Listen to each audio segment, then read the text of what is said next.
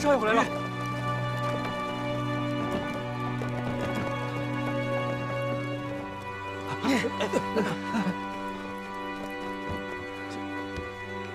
少爷，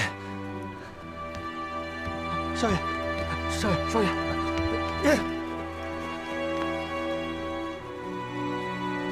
少爷受伤了，快通知夫人。诺。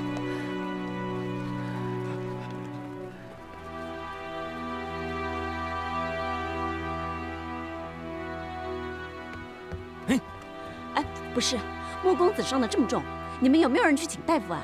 我们家公子啊，从小到大，要是受伤了，一向都是夫人诊治，外人不得入内。那夫人呢？夫人。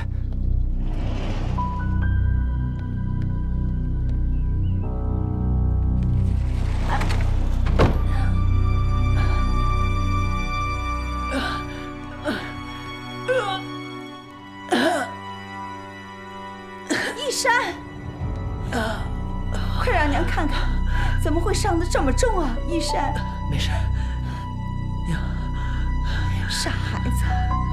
义山，哎，义山，义山，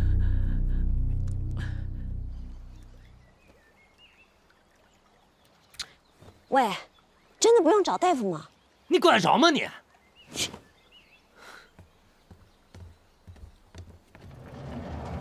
夫人有请。你，莫公子，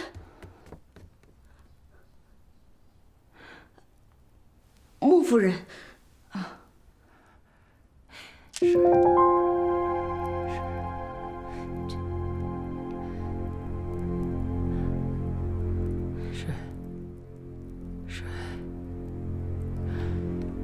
水。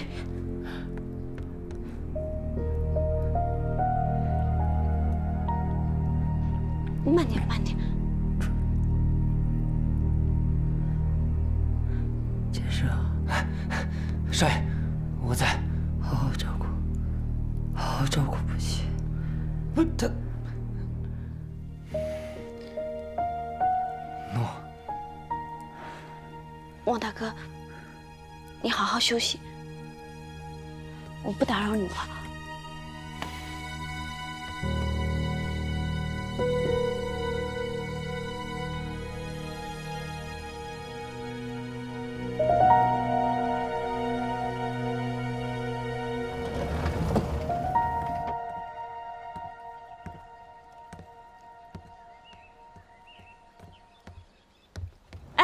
我们去哪儿啊？少爷交代了，让我好好照顾你。我替你安排了个好地方，来吧。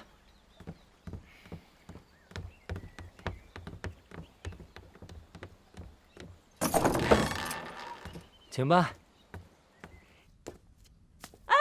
这不是柴房吗？喂，开门啊！你干什么？莫公子可是叫你好好待我。你要不是去拿那个破碗，我们家公子怎么会受伤？ 你给我等着！你给我老实待着吧你！你好大的胆子啊！我可是郡主，你要是再不放我，我就让你去大街上讨饭。嘘！你是不是郡主还不一定呢啊！就算你是，全京城有谁不知道世子殿下的脾气？你要是敢进王府，他一剑杀了你都有可能。有这种事？莫公子可没这么说。那我不认这个爹了，你快放我出去！快啊！一切都晚了。 我告诉你，你既然已经到了我们莫府，在你没见到王爷之前，你老实待着吧你。哎，喂，放我出去！快放我出去啊！哎呦，真是的，以为认了个爹，结果惹上杀身之祸。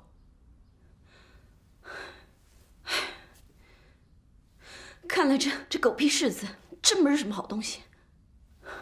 我怎么那么命苦啊？ 喂！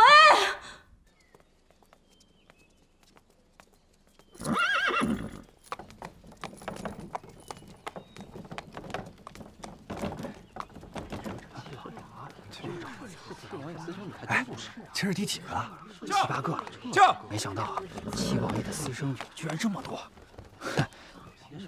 难怪王妃都被气死了。哎，要我说，那就一肚腹。王爷这么尊贵，多娶几个夫人怎么了？殿下饶命！殿下饶命！殿下饶命！殿下，阿史呢？原本计划是跟我一起回来的，我担心韩烨一个人应付不了，让他留在那儿帮韩烨。把回执单给父王，我不过去了。穆妃，当初父王娶薛妃的时候，你为什么不阻止？我知道你是不开心的。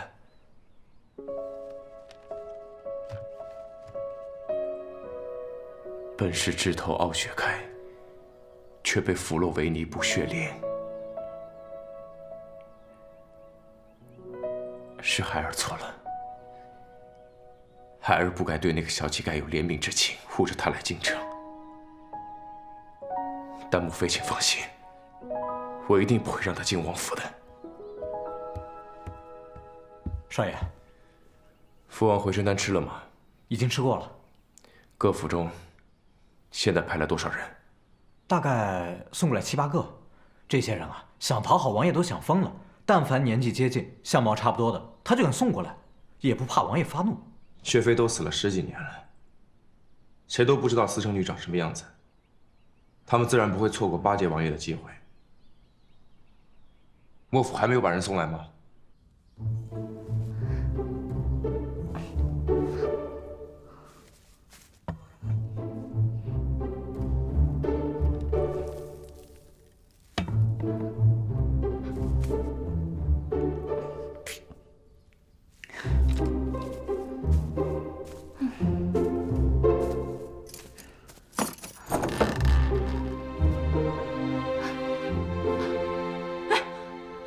怎么样了？他醒了吗？切！我们家少爷为了救你，本来就受了伤，后来又受了箭伤，到现在都还高烧不退呢。那你们怎么不找大夫呢？现在知道关心我们家公子了，你早干嘛去了你？我们家少爷啊，这几日全由夫人看着。我警告你，如果我们家少爷挺不过今晚，我定要你偿命！拿着。你东西掉了，自己吃吧。我跟你说，你摊上事儿了啊！你摊上大事儿了，你给我等着！不吃是吧？不吃拉倒！你摊上大事儿了！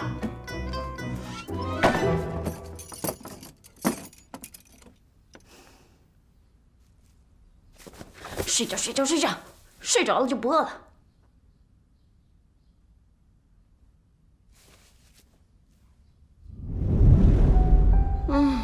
就这么点果子，怎么吃得饱啊？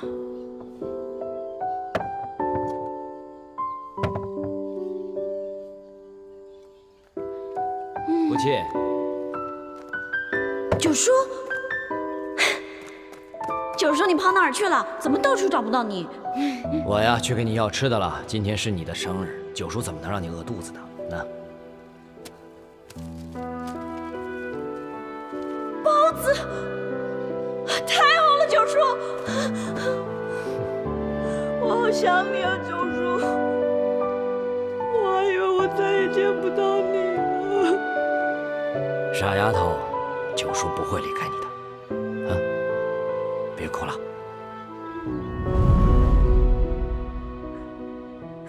九叔。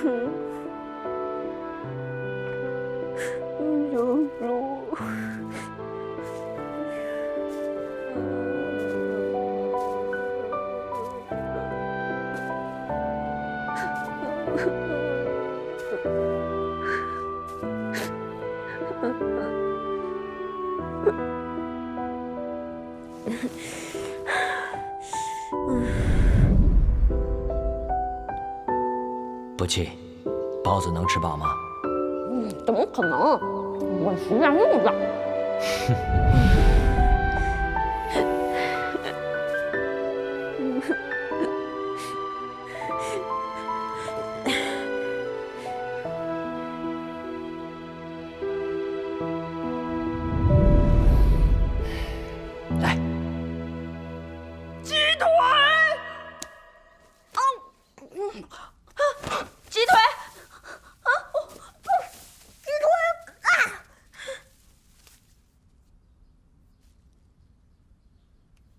鸡腿，哎呀，怎么是梦呢？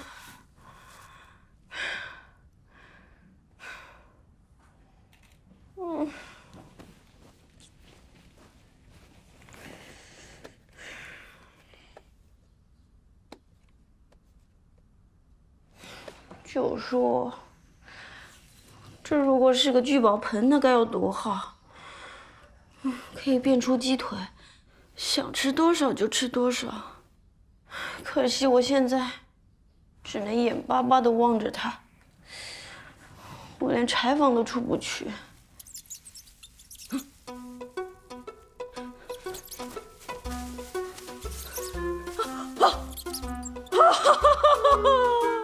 哎呀，对不起了，小老鼠。我要是不吃，你就没东西吃了。可惜这里没有泥，要不然啊，把你啊用泥裹了，再用火烤，这叫花老鼠。哎，现在就只能生吃了。想吃鸡腿吗？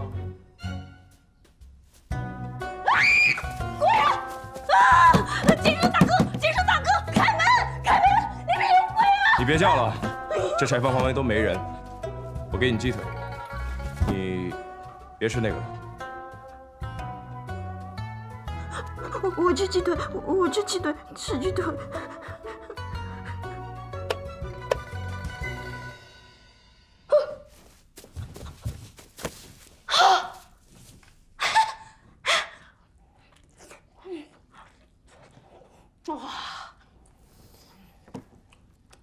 你就不怕鸡腿有毒吗？那也比当20块好。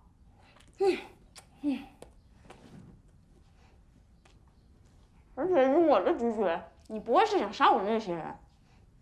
要是他们啊，早冲进来把我把我给砍死了。你以前经常吃老鼠啊？有的吃算好的啦。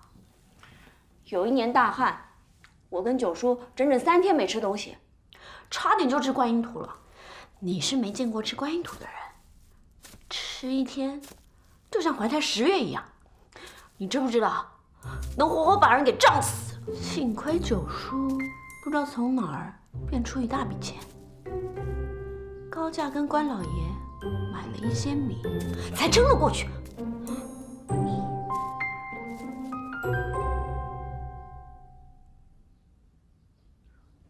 我猜你会来柴房看我，是因为七王爷私生女的事吧？要不然，我想不出你对我会有什么兴趣。如果我说我是来杀你的，你怕吗？哼，贱米一条，有什么好怕的？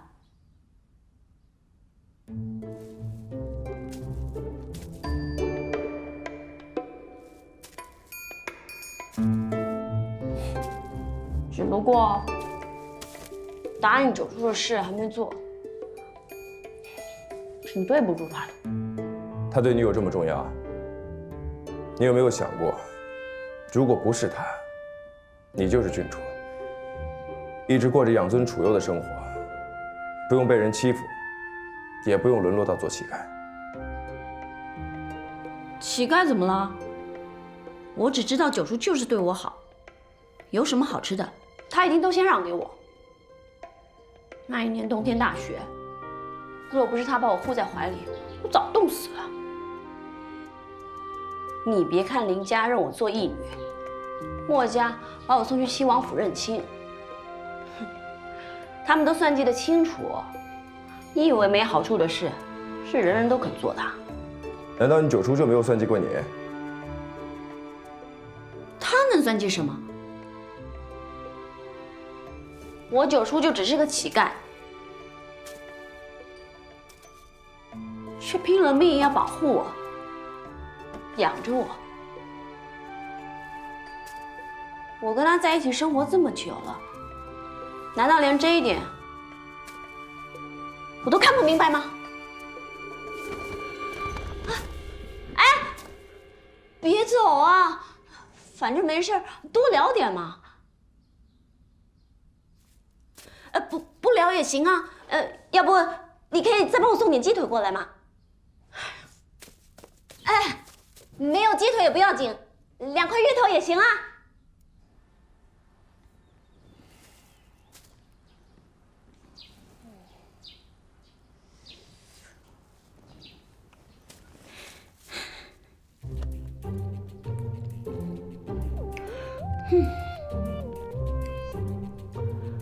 他到底是谁呢？为什么会偷偷跑来柴房看我，还给我鸡腿吃呢？他还会再来吗？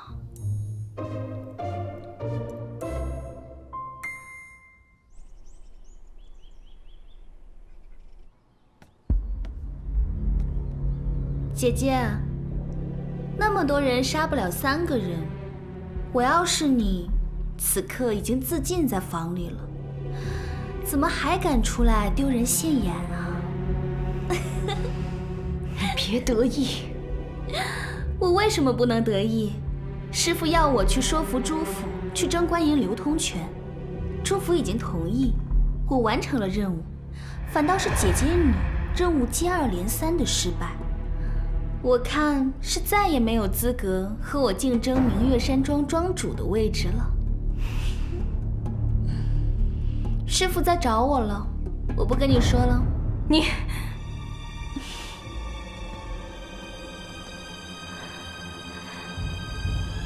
连一刻莫若非臭乞丐，一定要杀了你们！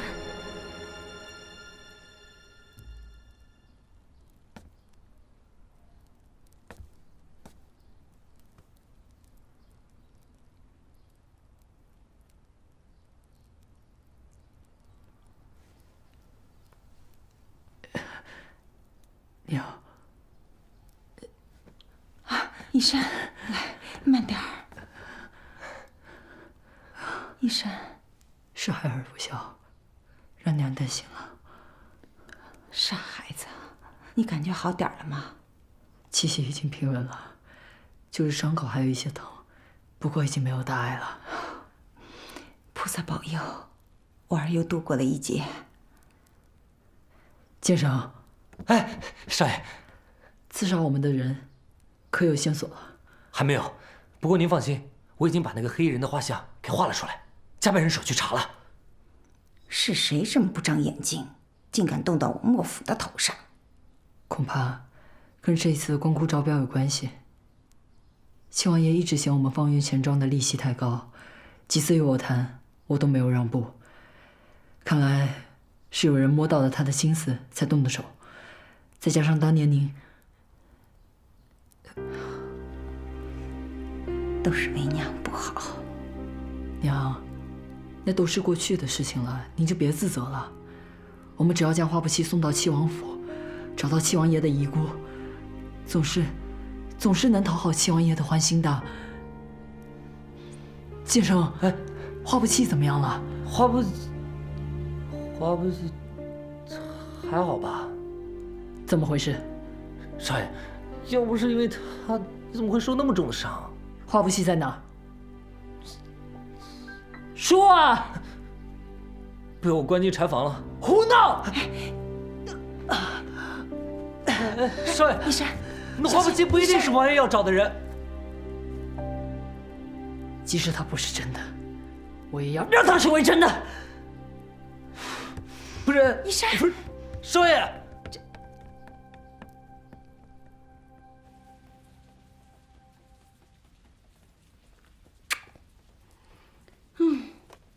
都没味道了。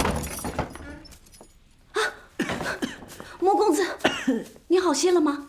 真是对不住，我害你受重伤了。没关系，你饿了吧？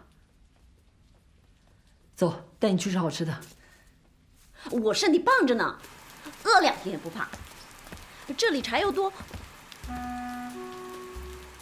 哎，啊，别罚他了。他也是担心你啊。既然不系小姐为你求情了，你就起来吧。谢少爷，谢小姐。你呢，去禀告一下七王爷，说人我已经找到了，问什么时候可以送过去。诺。人不用过来了。参见殿下。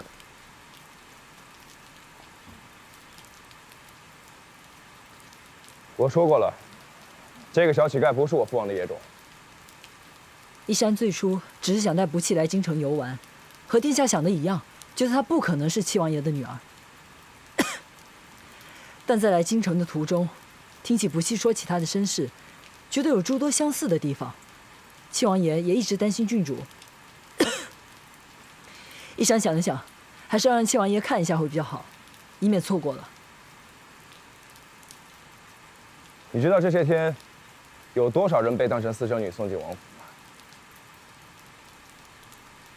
我说你们这些人为了巴结我父王，还真是疯了。什么人都敢往王府里送，结果没一个是真的。我劝你还是谨慎一些，别到时候什么功劳没有，却给自己惹来了杀身之祸。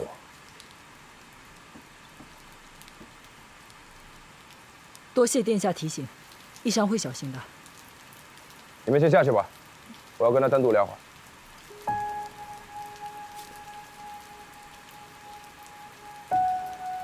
怎么？现在本世子说话，已经没人听了吗？在下不敢。不谢。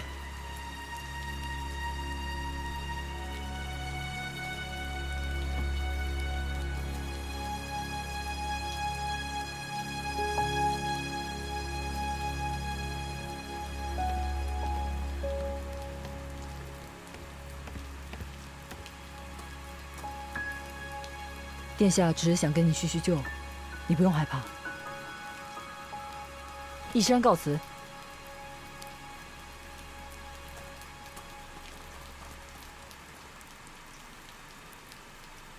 小乞丐，这2天在莫府过得怎么样？还行吧。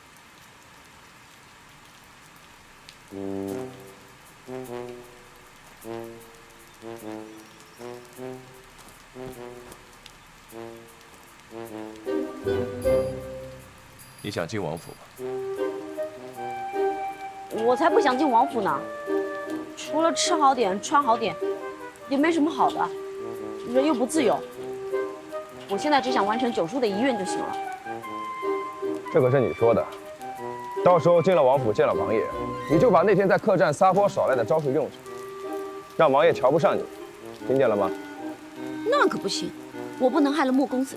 莫若飞的事不用你管，我自会保住他。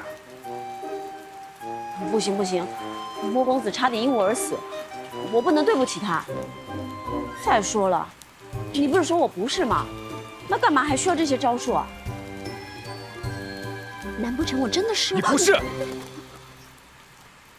你要真的是，我现在就杀了你。你给我记住了，同样的话，我不会再说第2遍。是殿下，一切都听您的啊！保证见到王爷就撒泼耍赖，绝对不进王府。别想耍花招，我随时都能杀了你。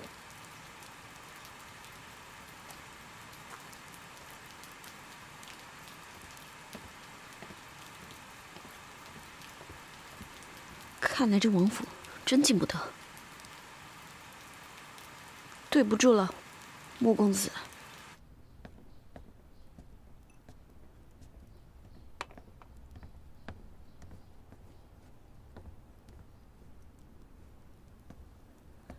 莫公子，不弃，世子刚刚跟你说了什么呀？啊，没什么，就是警告我别妄想进王府。世子这个人吧，本性不太坏，你不用太过于担心。你快去梳洗一下，我给你准备了一堆好吃的。真的？啊！等剑生从王府传信回来，我就送你过去。啊？哦。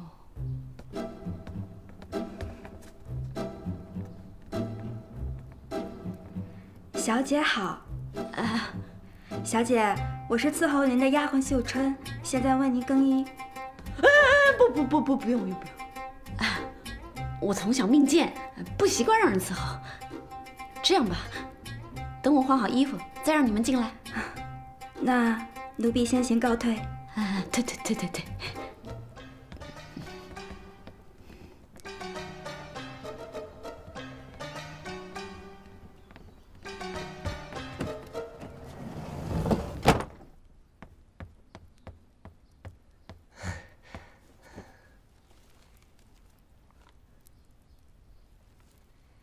要送几滴血过去滴血认亲？对，他们那个好多人被当成郡主送到了王府，这不仅王爷发了脾气，连世子殿下那也是大发雷霆的。所以王爷说，这人呢，先别送过去，只需要取对方的几滴血和身上所有的东西。身上所有的东西啊？什么意思啊？什么意思？应该是有什么物件能让王爷确认郡主的身份，但是至于是什么物件，王爷没说。因为是怕有人造假。那你去取花不弃的几滴血，然后将他包袱里所有的东西带过来，一并送过去。哎，少爷，你忘了，王爷将那些好多浑水摸鱼的人都关进了大牢。再者说了，那世子殿下一直跟我们说，花不弃不是王爷的私生女。到时候我们把人送过去，王爷随便找个理由都能把你关进大牢。那到时候我怎么办？老夫人怎么办？这个老莫家可怎么办啊？行了行了，你快去吧，我自有办法。去吧。哦。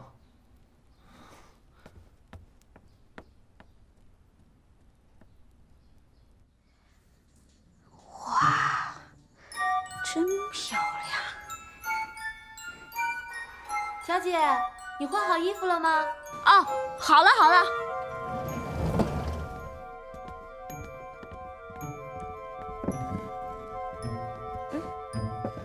怎么啦？这是？你们这是要干嘛？哎！你们干什么？你们干什么啊？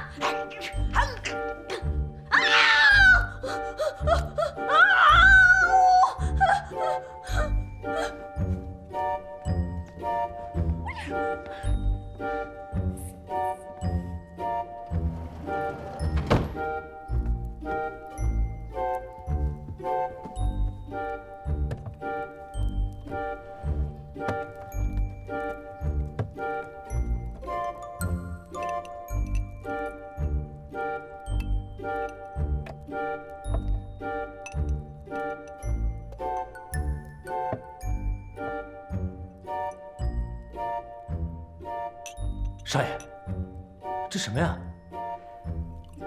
不管是什么人的血，只要用了这个药水，就可以跟七王爷的血融在一起。这是我在古籍中看到的，想必知道的人不多。啊，那要是被王爷发现了，可怎么办啊？就你我2个人，你能说出去啊？咦，少爷，你还不放心我呀？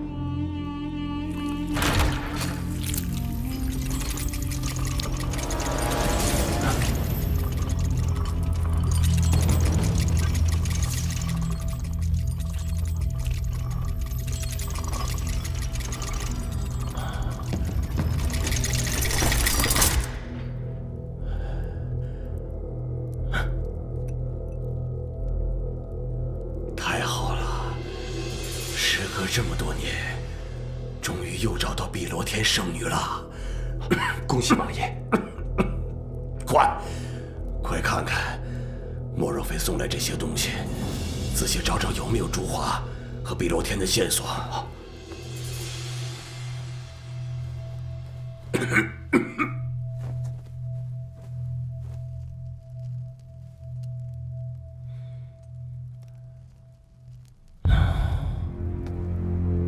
这朱华到底是什么人？当初他把薛飞送给莫百行来照顾，他跟薛飞到底是什么关系？薛飞肚子里的孩子到底是不是他的？我们查了这么久，还只是知道这个人的名字而已，其他一无所获，真是岂有此理！王爷莫急，王爷莫急，我们现在已经找到了圣女，就证明离成功更进一步了。我现在身体这个样子，不知道还有几年的阳寿，我能不着急吗？你呢？你找碧螺天剩下的半张地图也找了很多年，还是没有线索。没有地图，我们连碧螺天入口在哪里都不知道。现在，我们虽然找到了这些东西，也只是回到了薛飞没有死的时候而已，并没有离成功更进一步。王爷，当初那个神秘人进入碧螺天，只夺走了半张藏宝图。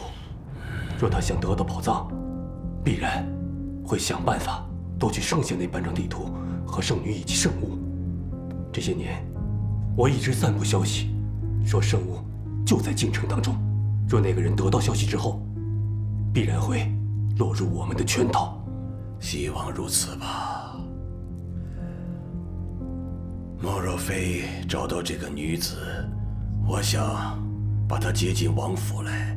只有她在我眼皮子底下，我才能够安心。把甘妃和玉儿叫到大厅等候。诺。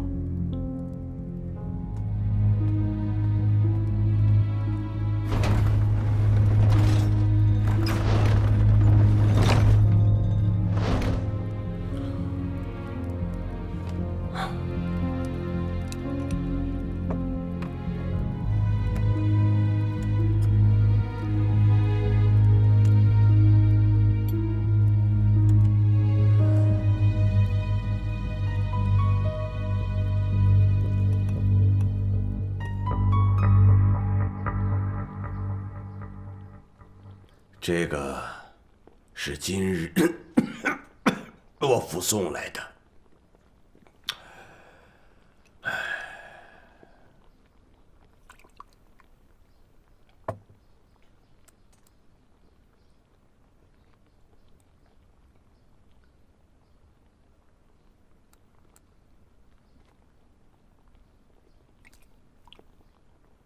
融在一起了。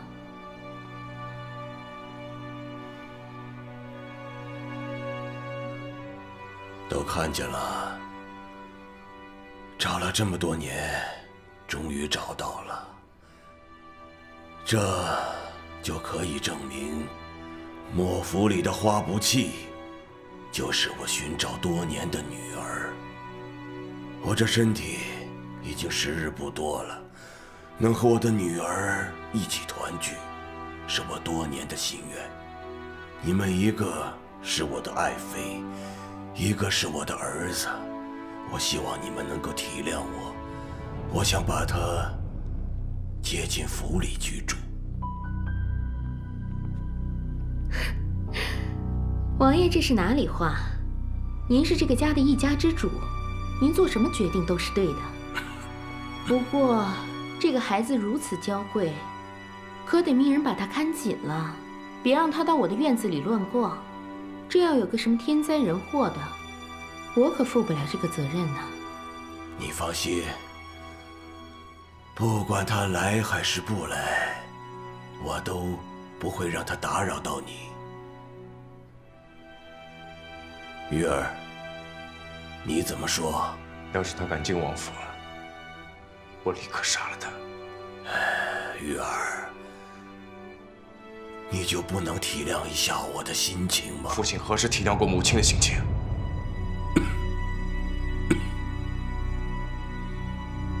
是啊，我是曾经亏待过你的母亲，可是她现在已经过世，我也没有办法补偿她。你就不能想想，我可曾亏欠过你？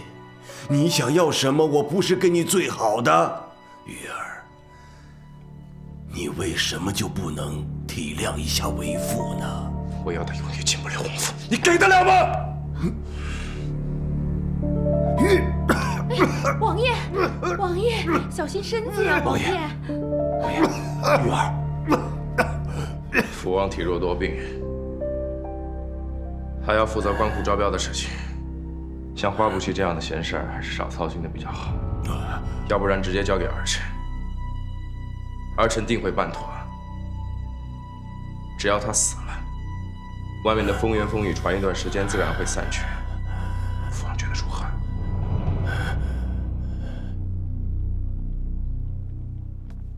玉儿，玉儿，玉儿！王爷，逆子，都是我把他惯坏了。王爷，您别生气了，这玉儿从小就这样，你又不是不知道，犯不着生气，伤了身子。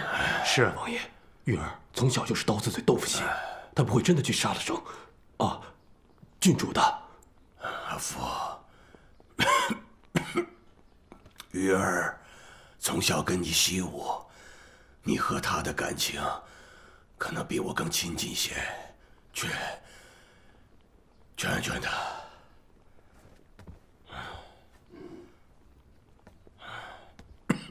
王爷，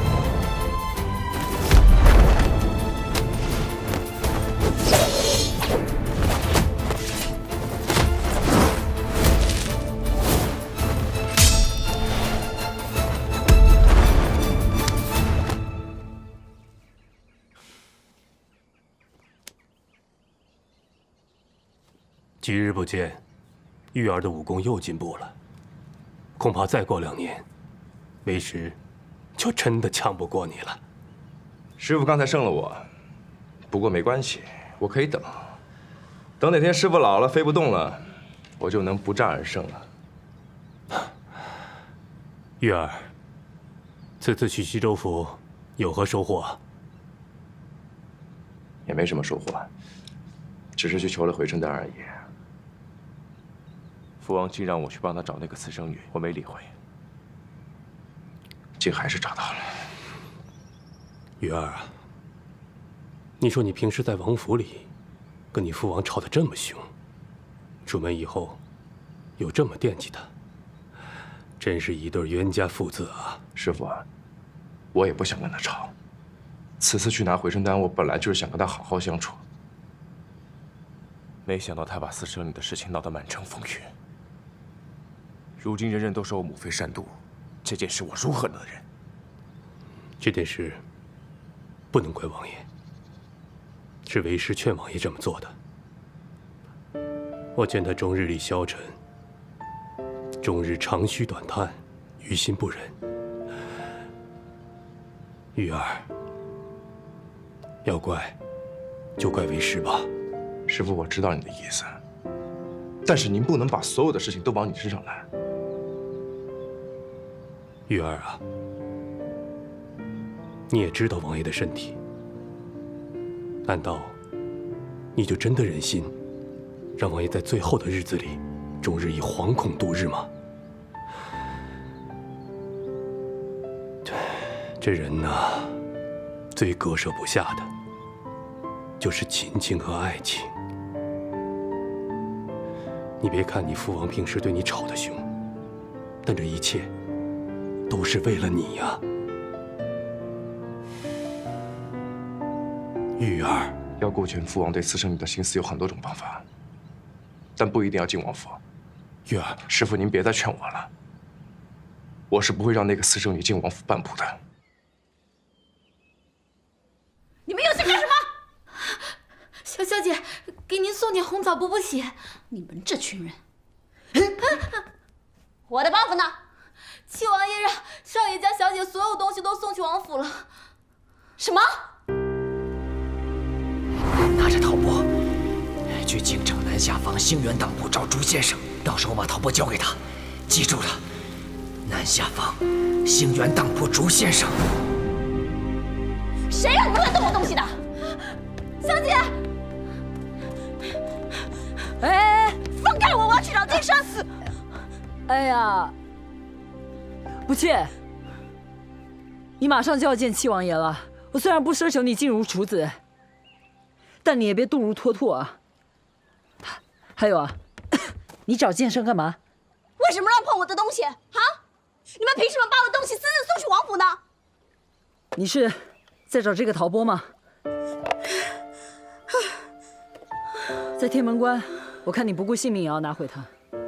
我知道它对你来说很重要，但对其他人而言，它不过就是一个讨饭的碗，所以我让剑圣留着了。不过我现在在想啊，你这么紧张这个碗，是不是里头有什么秘密？你想多了，莫公子。我紧张它，是因为这是九叔留给我的唯一念想，我把它看得比我自己的命还重要。真的没有秘密？要不然你自己可以看啊。好啊。但是你不能把它从我面前拿走。